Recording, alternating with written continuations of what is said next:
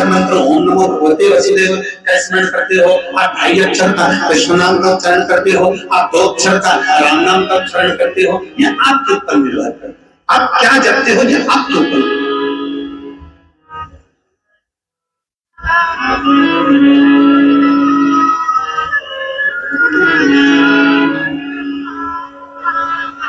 बस इतना याद रखो, राम जपो, कृष्ण जपो, शिव जपो, दत्त जपो, तुम्हारी मर्जी पड़े उसका भजन करो। तुम्हारा मन पड़े ओम नमो भगवते वासुदेव का जाप करो, तुम्हारा मन पड़े राम कहो, शंकर कहो, श्री शिवाय नमस्तुभ्यं कहो, नमः शिवाय कहो, ओम नमः शिवाय कहो, तुम्हारी मर्जी पड़े उस मंत्र को जपो। और इतना याद रखना कि तुम्हारा विश्वास उस मंत्र के प्रति प्रबल होना चाहिए, तुम्हारा विश्वास उस मंत्र के प्रति पक्का होना चाहिए। जिस मंत्र को हम जब आप 12 अक्षर मंत्र ओम नमो भगवते वसुदेव का स्मरण करते हो, आप 2.5 अक्षर का विष्णु नाम का उच्चारण करते हो, आप 2 अक्षर का राम नाम का उच्चारण करते हो, ये आपके ऊपर निर्भर करता है। आप क्या जपते हो ये आपके ऊपर।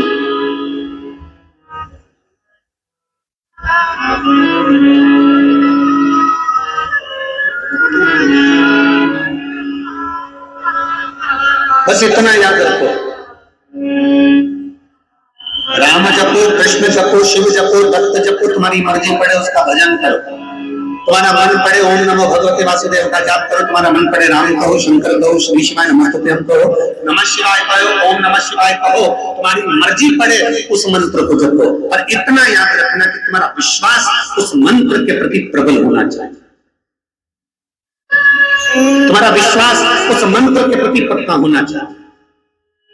जिस मंत्र को हम जब, यहाँ इतनी सारी मेरी जीजियां बैठी हैं और बहुत सारी जीजियां मेरे आसपास जनाब कथा सुन रही है, फेसबुक यूट्यूब पर कथा सुन रही है। मेरे जीजा भी बैठे हैं यहाँ पर और मेरी बेटियां, मेरी माताएं बैठी हैं। आप एक विचार करना, विचार करिएगा।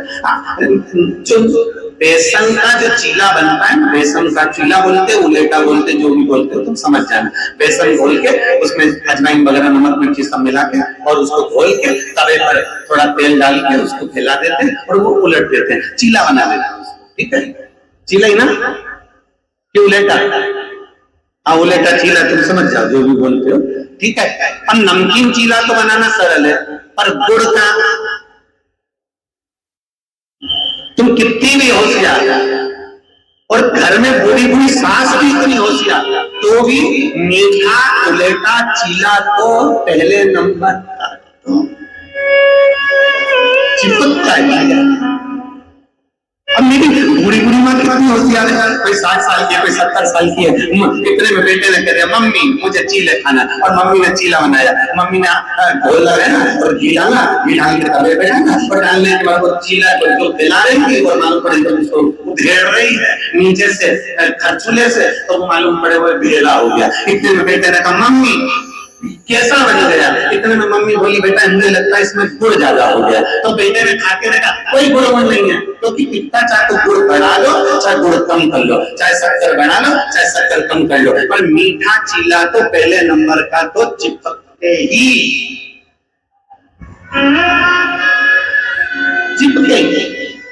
कई घरों में तो मालवा के कई घरों में तो ऐसा नियम है, जब नई नदी बहू आती है ना तो उसको चीला बनाने बिठाते हैं और बहू बेचारी इतनी डिप्रेशन में आ जाती है चीले को देख के।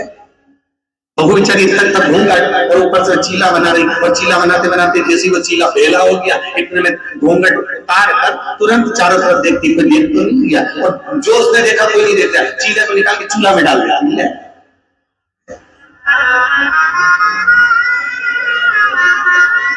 अब करे तो करे क्या? फिर क्या होता है? पहला चीला गड़बड़ हुआ, दूसरा थोड़ा सा ठीक हुआ, तीसरा थोड़ा सा ठीक हुआ, चौथा थोड़ा सा ठीक हुआ, उसके बाद में जब 3 चीले पूरे हो गए, चौथे चीले का नंबर आया तो मेरी दीदी यहाँ बैठी है, फिर कोई चीला चिपकता नहीं है, धड़ाधड़ बनते चले जाते हैं और लोग खाते चले जाते हैं, बड़े प्रेम से खाते हैं। बस पहले नंबर का चीला गड़बड़ होगा, दूसरे नंबर का चीला थोड़ा ठीक होगा, तीसरे नंबर का चीला ठीक होगा और चौथे नंबर का पूरा ठीक हो जाएगा। उसी तरह बचपन गड़बड़ हो गया, पहला चीला गड़बड़ हो गया ना, हो जाने दो। दूसरा चीला जवानी गड़बड़ हो गई ना, हो जाने दो। तीसरा चीला अधेड़ी गड़बड़ हो गई ना, हो जाने दो। और चौथा चीला तुम्हारा गड़बड़ नहीं होगा, ये पक्का है, अच्छा निकलेगा। जिसमें जिसने शंकर की भक्ति करी है उसका चौथी अवस्था ठीक हो जाएगी। बचपन खेल में खोया, जवानी नींद भर सोया, बुढ़ापा देख कर रोया, सिराने मौत हंसती है। अंत समय में चौथी अवस्था सुधारना है, तो फिर अभी से रमना पड़ेगा, अभी से लगना पड़ेगा। जो अभी से रम गया, अभी से लग गया, ये मत सोचो कि मैंने जो मंत्र पढ़ा वो गड़बड़ है, मैंने जो पाठ करा वो गलत है, मैं गीता का पाठ करती हूँ, मुझे पढ़ना नहीं आता, मुझे श्लोक नहीं आता, मुझे शब्द नहीं आते, मुझे अच्छा नहीं आते, सब बात की बात। अगर आपके मन में भाव हो, परम पूज्य संत शिरोमणि भारत के बड़े विख्यात कथाकार परम पूज्य श्री गुजरात के रहने वाले डोंगरे जी महाराज,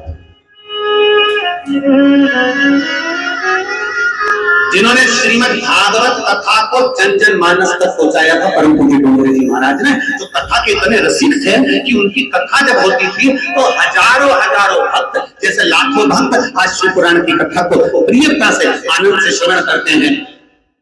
श्रीमद् भागवत कथा का प्रचार करने वाले इस पृथ्वी पर, भागवत कथा को जन जन मानस तक पहुंचाने वाले इस पृथ्वी पर अगर सबसे श्रेष्ठ वक्ता अगर कोई हुए हैं तो परम पूज्य श्री डोंगरे जी महाराज हुए हैं, जिन्होंने घर घर तक भागवत को पहुंचाया। और जिन्होंने घर घर तक भागवत को पहुंचाया श्री डोंगरे जी महाराज, उस समय की बात है, बहुत पहले।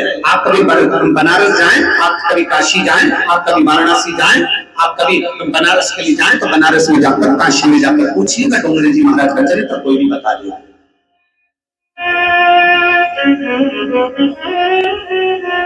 परम पूज्य डोंगरे जी महाराज काशी में कथा करने के लिए, बनारस में कथा करने के लिए, और डोंगरे जी महाराज जैसे कथा करने के लिए गए तो 2 दिनों की कथा का निकला और डोंगरे जी महाराज ने अपने सारे परिकरों को सबको बोला, जितने उनके साथ में जुड़े हुए थे उनसे, बनारस वालों से कहा यहाँ देवी का मंदिर बड़ा प्रसिद्ध है, हम वहां दर्शन करने के लिए जाएंगे, हमारा मन हो रहा है कि दुर्गा के मंदिर जाए, दुर्गा के मंदिर जाना।